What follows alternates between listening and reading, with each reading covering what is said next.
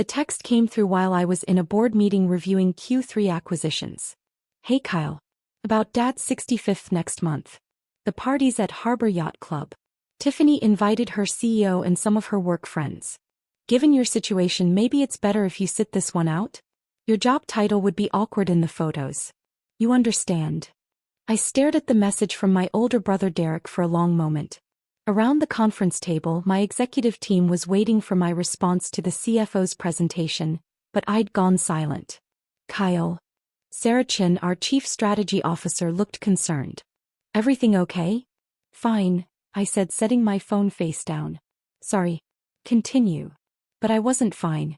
I was thinking about my job title and how it would supposedly embarrass my family at my own father's birthday party. After the meeting, I sat alone in my corner office. 32nd floor, panoramic water views, custom Italian furniture, and reread Derek's message. My situation. My job title. I was a janitor. That's what my family thought anyway. Specifically, I was part of a commercial cleaning crew that worked nights at office buildings. It was honest work and I'd never been ashamed of it, but my family had been mortified for the past 7 years. What they didn't know was that I owned the cleaning company. All 17 branches across 3 states. And the property management firm that operated 42 commercial buildings. And the real estate investment portfolio worth $340 million. But sure. My job title would be embarrassing. I typed back, okay. That was it. Just okay. Let Derek think he'd solved his problem. My phone buzzed immediately. Thanks for understanding. We'll celebrate with you some other time. Right. Some other time. Like the last 3 other times they'd scheduled then cancelled. I pulled up my calendar. Dad's birthday was May 18th, 3 weeks away. That same morning I had a meeting I'd scheduled months ago. A casual brunch at my waterfront estate with Rebecca Martinez, the CEO of Martinez Digital Solutions, one of the fastest growing tech firms in the region. Rebecca and I had met at a charity auction 2 years ago. She'd been impressed that someone in property management, my polite euphemism, had bid $150,000 on a fundraiser package. We'd stayed in touch, became friends, and now I was considering investing $25 million in her company's Series C round. The brunch was meant to be informal, just Rebecca, her husband, and a +1 she'd mentioned. She wanted to show her team that investors were real people, not just names on term sheets.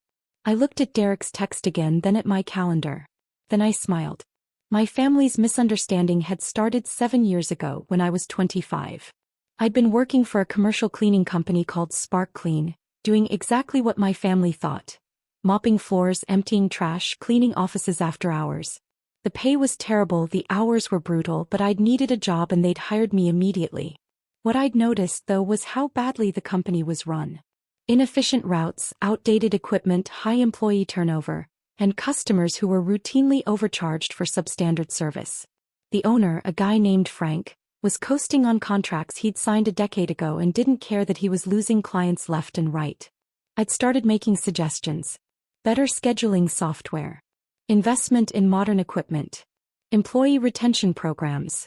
Frank had ignored every single one. So I'd started my own company. Took me 2 years working double shifts and saving every penny. I took business classes at night, studied operations management, learned everything I could about scaling service businesses. When I finally had enough capital, I bought 3 industrial-grade cleaning machines, hired 2 employees, and started bidding on small contracts.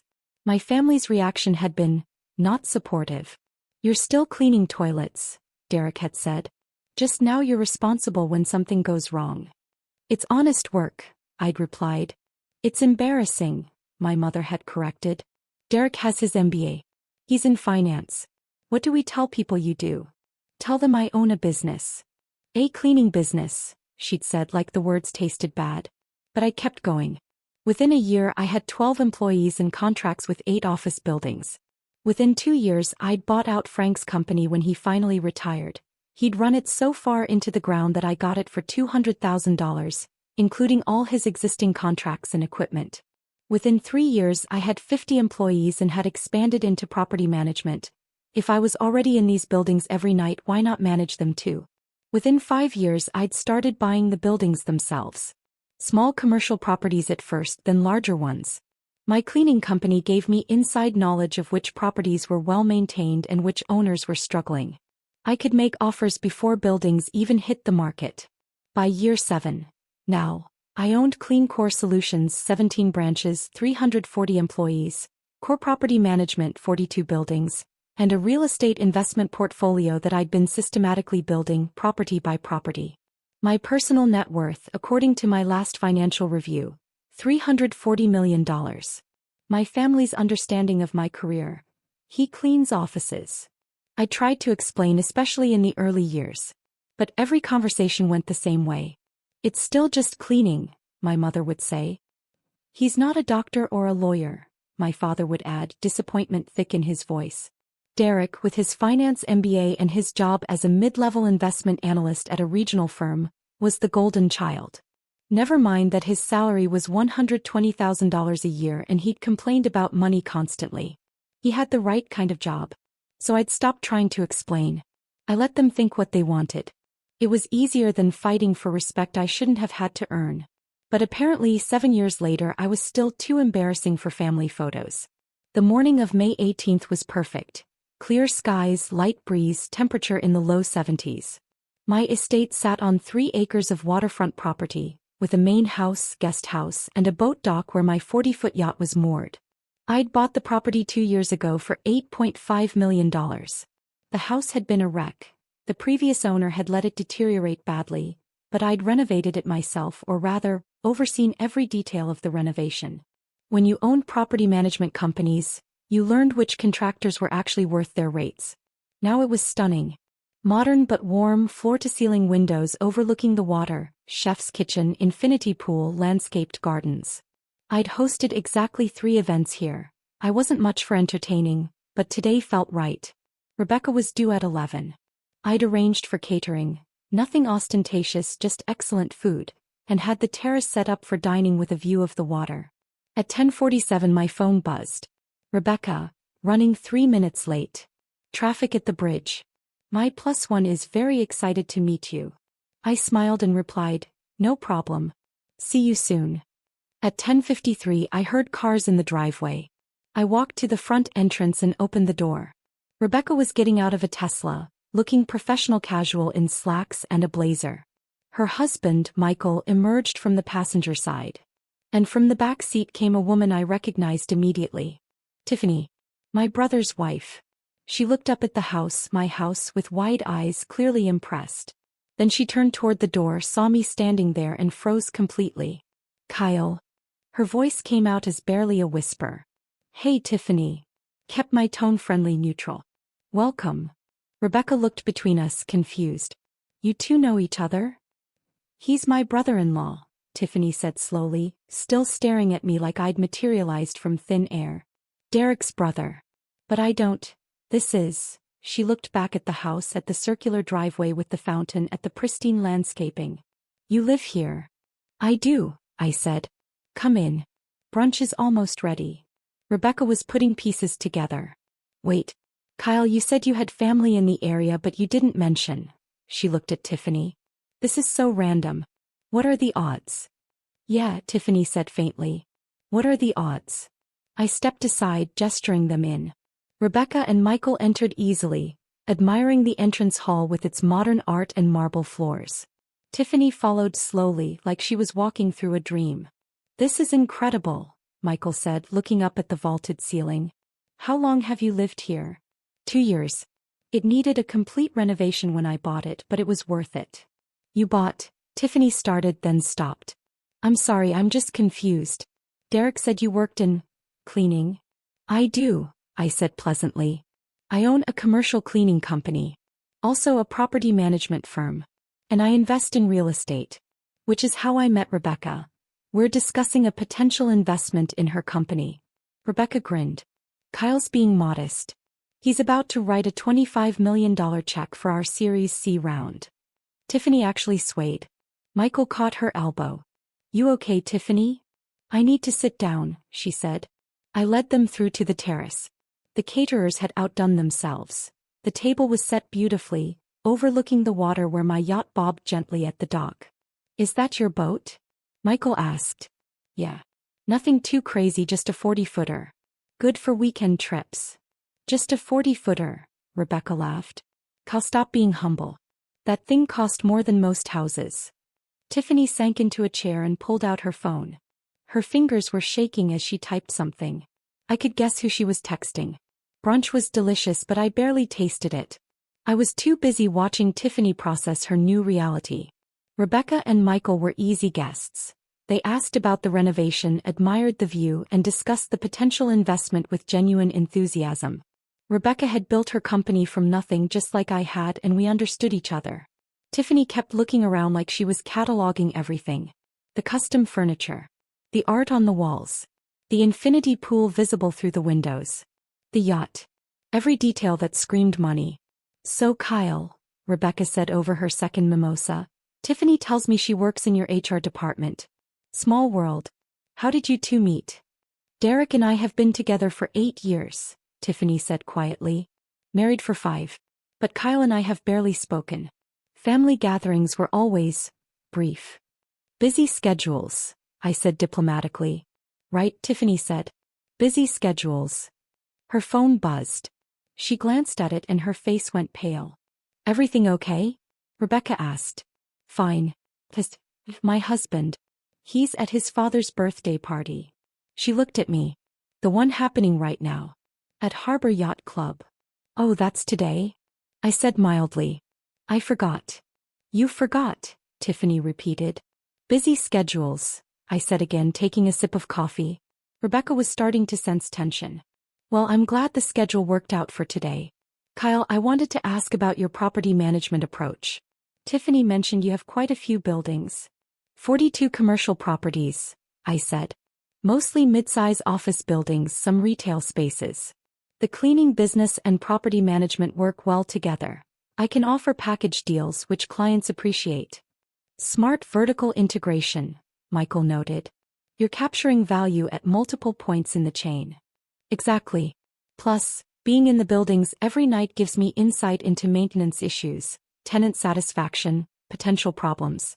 When I'm considering buying a property, I already know everything about how it operates. Brilliant, Rebecca said. And the real estate portfolio? How'd you get into that? Started small. One property, then another. Reinvested profits, leveraged equity carefully. After a while, the portfolio builds itself. He makes it sound easy, Rebecca told Tiffany. It's not. Most people with his background wouldn't have seen the opportunity, let alone executed this well. His background, Tiffany said slowly. You mean cleaning offices? I mean starting with nothing, Rebecca corrected. Kyle told me he was working night shifts, saving every dollar, teaching himself business operations. That takes discipline and vision. Most people just complain about their circumstances. Kyle changed his. Tiffany was quiet for a long moment. Then, Derek said you were embarrassed about your work. That you didn't like talking about it. Did he? He said that's why you never came to family events. Because you felt inferior. I set down my coffee cup carefully. That's an interesting interpretation. What's the real reason? She asked. Rebecca and Michael had gone very still, sensing this was bigger than they'd realized. I stopped coming, I said quietly, because every time I did, someone made a comment about my situation. My job. How I should have gone to college, gotten a real career, done something to make the family proud. After a while, it was easier to just not be there. But you were building all this. Tiffany gestured around the terrace, the house, the view. Yeah.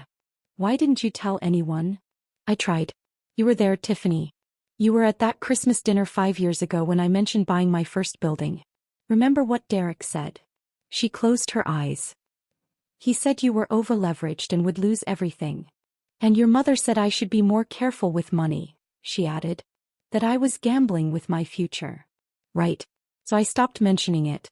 Let everyone believe what they wanted. It was easier than arguing. My phone buzzed. A text from Derek. Where are you? Tiffany said she's at your house? What house? What's going on? I showed the screen to Tiffany. Want to handle that or should I? She took a shaky breath. Do you mind if I call him? This feels like a conversation we need to have. Use the study. Second door on the left, down that hall. She stood, slightly unsteady, and walked inside.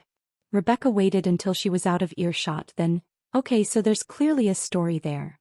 "My family didn't approve of my career choices," I said simply. "They still don't know the full extent of what I've built. As of about 20 minutes ago, Tiffany's the first one who does." "The brother who's at the birthday party," Michael said. "He doesn't know?" "Nope. He texted me 3 weeks ago to uninvite me because my job title would be embarrassing in the photos." "Jesus," Rebecca said. "No wonder you're so private about your personal life. It's easier this way." "Is it though?" she asked gently. "I've known you 2 years, Kyle. You're brilliant, successful, genuinely kind. But you're also alone.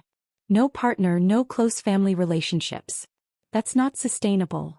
"Says the woman trying to get me to invest $25 million in her company," I joked. "I'm serious. You can't build an empire and have no one to share it with." Before I could respond, we heard raised voices from inside the house. Tiffany was audibly arguing with someone. Derek, presumably. "I'm looking at it right now, Derek. I'm sitting on his terrace. There's a yacht at his dock. The CEO of my company is here discussing a $25 million investment. You told me he cleaned toilets." Silence then. "I don't care what you thought. You uninvited your own brother from your father's birthday because you were embarrassed." "Of what? Of who?" "He's worth more than our entire family combined." More silence. "No, I'm not exaggerating. Rebecca just told me his real estate portfolio alone is worth over $300 million. Derek, we live in a condo." "A condo?" "He has a waterfront estate." Rebecca winced. "Should we go inside? Give her privacy?" "Probably too late for that," Michael said. Tiffany appeared in the doorway, her face flushed. "I'm so sorry. That was incredibly rude of me." "Family's complicated," I said. "No judgment here." She sat down heavily. "Derek's on his way over. He left the party." "Your dad's party?" "He's freaking out." "I imagine he is." "Kyle, I need to ask you something and I need you to be honest." "Okay. Did you invite me here on purpose? Did you know I'd be Rebecca's +1? "No," I said truthfully. "Rebecca told me she was bringing someone from her team, but she didn't say who." "This was coincidence." "Bad timing," Rebecca offered. "Or good timing depending on how you look at it." "Derek's going to lose his mind when he gets here," Tiffany said. "He built his whole identity around being the successful brother. The one with the MBA and the finance job. And now he knows that's not true," I finished. "It's not about the money," she said quickly. "It's about, you've been letting us treat you like you were less than. Like you hadn't accomplished anything." "Why?" "Because what I'd accomplished didn't matter to you all anyway," I said. "The respect I wanted, it wasn't about the money. It was about accepting that my path was different but still valuable. When I was starting out, when I really did clean toilets at night and go to business classes during the day, I needed someone to believe in me. You all made it clear that wouldn't happen unless I conformed to your definition of success. So I stopped trying. But you succeeded anyway." "Yeah. I did." Tiffany looked out at the water, at the yacht, at the infinity pool. "I feel sick. All those things Derek said about you. All the times we excluded you. That Christmas when you tried to tell us about buying the building." Derek laughed. "He actually laughed and said you were delusional." "I remember." "God, Kyle. I'm so sorry." Before I could respond, we heard tires on gravel. A car door slammed. Footsteps running. Derek burst onto the terrace. He looked exactly like he had when I'd last seen him 6 months ago. Designer suit, probably Brooks Brothers. Expensive watch, definitely not Rolex level but trying. Carefully styled hair. He looked successful. He looked like someone who belonged at Harbor Yacht Club. He did not look like someone who belonged on this terrace. "What the hell is going on?" he demanded. Then he saw Rebecca. And Michael. And the full spread of brunch, the catered setup, the professional service. His eyes went to the yacht, then to the house behind us, then back to me. "Derek," I said calmly. "You're missing Dad's party." "Tiffany called me," she said. He seemed to lose his train of thought. "What is all this?" "Brunch meeting," I said. "Business." "Business." He looked at Rebecca. "Who are you?" "Rebecca Martinez, CEO of Martinez Digital Solutions." She extended her hand. Derek shook it automatically. I'm here discussing an investment opportunity with Kyle. Investment? Derek's face was doing something complicated. Kyle doesn't have investment capital. He works for a cleaning company. I own a cleaning company, I corrected. Also a property management firm. And a real estate portfolio. Rebecca and I are discussing my potential $25 million investment in her Series C funding round. Derek actually laughed. 25 million. Right. Tiffany said something crazy on the phone, but I thought she was confused. You're joking. I'm not joking. Kyle cleans offices. I employ 340 people who clean offices, I said. I manage 42 commercial properties. I own 17 of them outright and have equity positions in the rest. My company revenue last year was $47 million. My personal net worth is approximately $340 million. Any other questions? The silence was profound. Derek looked at Tiffany. Is this real? Very real, she said quietly. I've been here for 2 hours, Derek. It's all real. But you always said, he turned to me. You told me you worked in cleaning. I do work in cleaning. I built a business in cleaning. You assumed that meant I was poor. I never said that. You never said you were rich. Would you have believed me? I asked. 5 years ago when I mentioned buying that first building, you laughed and said I was delusional. What was I supposed to say? Actually, I'm on my way to being worth 9 figures. Please take me seriously now? Derek's face went through several colors. Red to white to red again. You let me, oh my God, do you know how many times I've offered to help you? To set up job interviews? I got you an application for our mailroom. Your mailroom, I repeated. At a firm where you make $120,000 a year. Yeah, I remember. How do you know my salary? Derek, I'm an investor. I research companies. Yours isn't hard to find salary information for. He looked around wildly, like the terrace might offer some explanation for how his reality had inverted. The yacht. That's yours. Yes. And this house. Bought it for $8.5 million 2 years ago. The renovation alone probably cost $2 million, Michael offered helpfully. Properties like this don't come cheap. Derek sat down abruptly in an empty chair. I don't understand. It's pretty straightforward, Rebecca said. Her tone was kind but firm. Your brother built a successful business while you were busy being embarrassed by him. Now he's worth significantly more than you'll probably ever make, and you're having trouble processing that. I wasn't embarrassed. You uninvited him from your father's birthday, Tiffany said. You specifically said his job title would ruin the photos. I just thought, Derek looked at me helplessly. Everyone always made fun of it. Mom and Dad were always disappointed. I was trying to protect you from that. By excluding me? By not making it worse. Derek, I said quietly, you made it worse every time you treated my work like it was something to be ashamed of. Every joke about cleaning toilets. Every time you offered to help me find a real job. Every time you acted like I was the family failure. But I didn't know. You didn't know because you never asked. You assumed. You all assumed. Rebecca stood. Michael and I should go. Give you two some privacy. You don't have to, I started. We do, she said firmly. She squeezed my shoulder. I'll email you the updated investment terms tomorrow. Today was enlightening. She looked at Derek. Nice to meet you. I hope you work this out with your brother. He deserves better than how he's been treated. Rebecca and Michael left. I heard their car start, gravel crunching as they drove away. Then it was just me, Derek, and Tiffany on the terrace. I need to tell Dad, Derek said finally. And Mom. They're still at the party. Everyone's asking where I went. I said there was an emergency. There isn't, I said. Go back. Finish the party. How can I after this? Derek, it's Dad's 65th birthday. Don't ruin it because you're having a crisis about my net worth. I uninvited you, he said. From our father's birthday.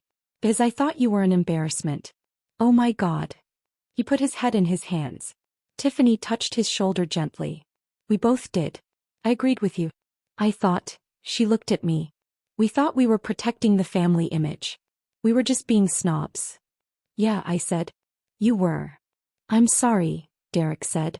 Kyle, I'm so sorry. I know you are. Can we fix this?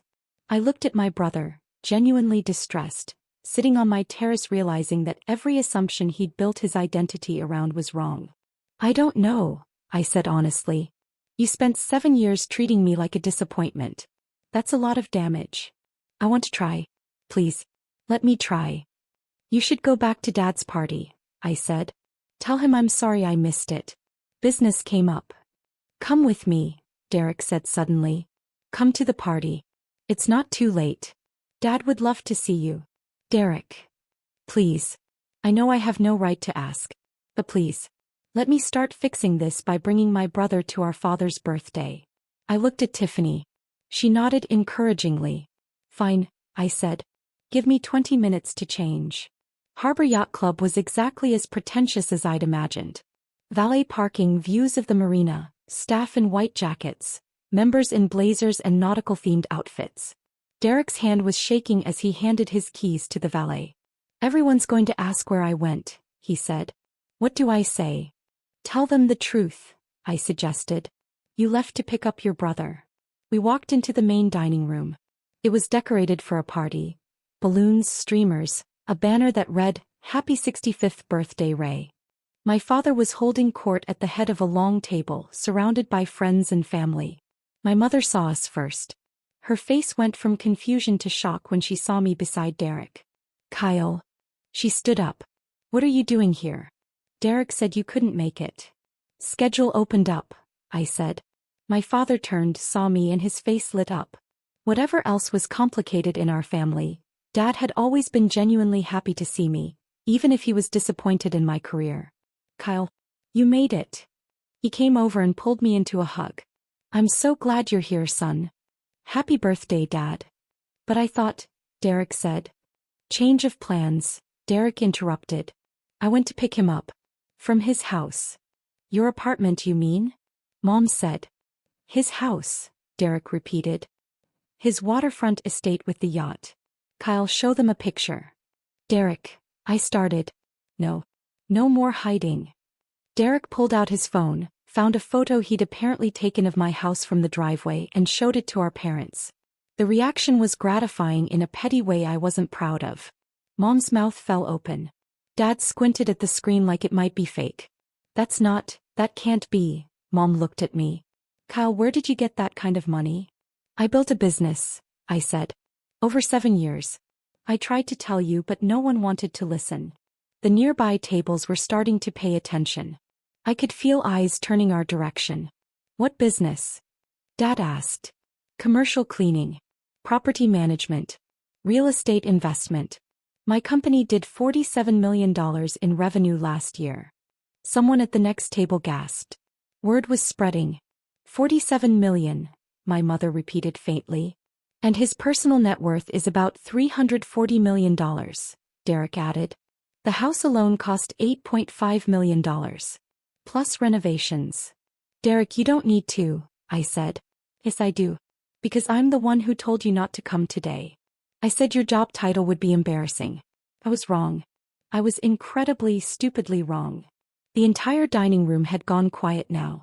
Everyone was watching our family drama unfold. Dad was still staring at the photo. You own this. I do. And the business, you started it yourself? 7 years ago.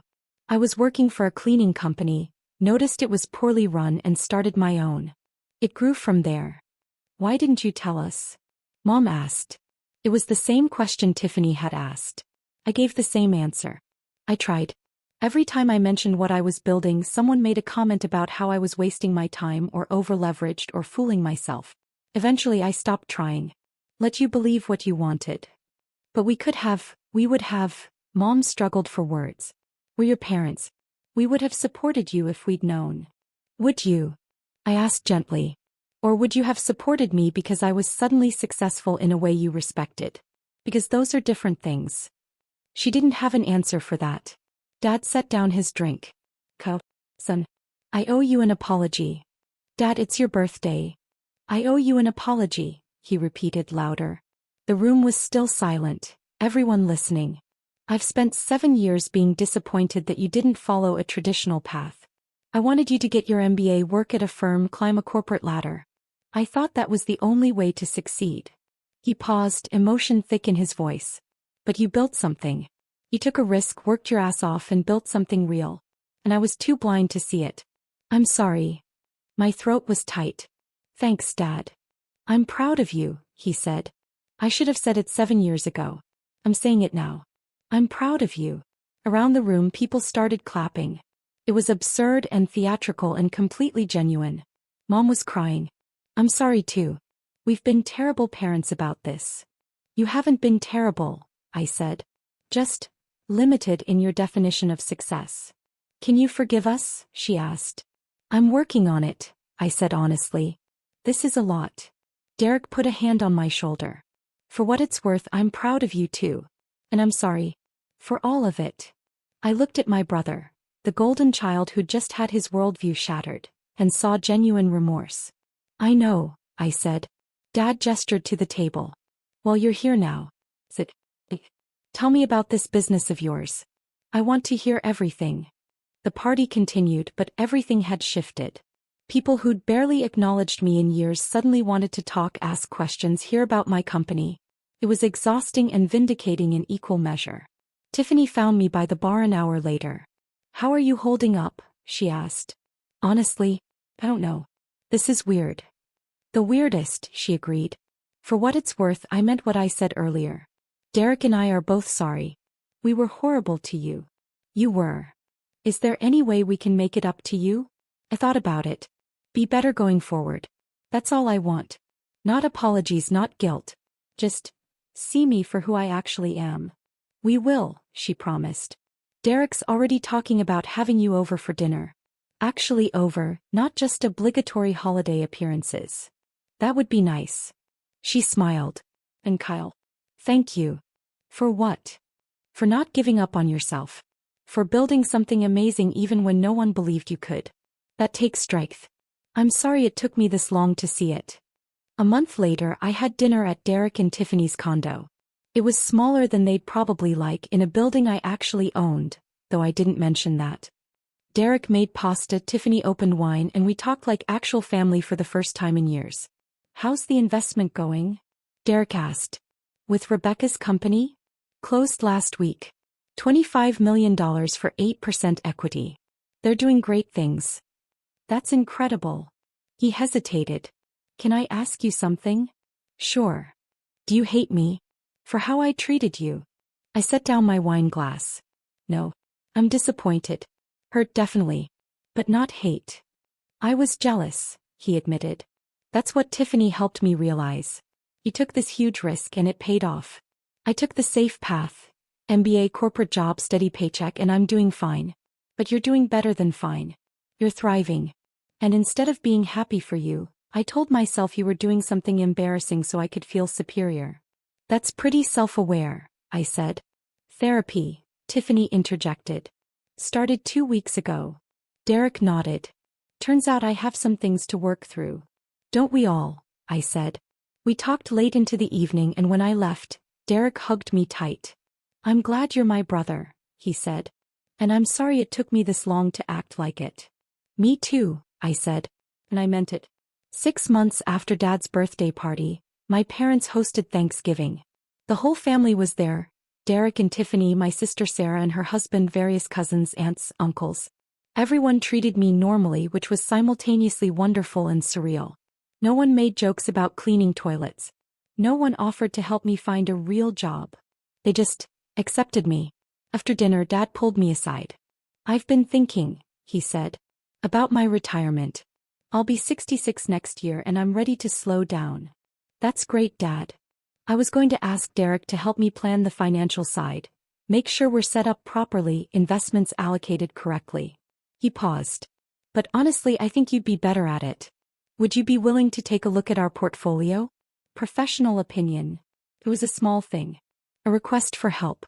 But it represented something bigger. Trust, respect, acknowledgement of my actual expertise. I'd be happy to, I said. Thank you, son. He smiled. I really am proud of you. I know I said it at the party, but I want you to know I mean it. You built something remarkable. Thanks, Dad. And Kyle. He squeezed my shoulder. I'm sorry it took me so long to see it. That night, driving home along the waterfront, I thought about the journey. 7 years of being underestimated, dismissed, treated as an embarrassment. 7 years of building something anyway, proving myself to the only person whose opinion really mattered. Me. The validation felt good. Having my family finally understand, finally respect what I'd built.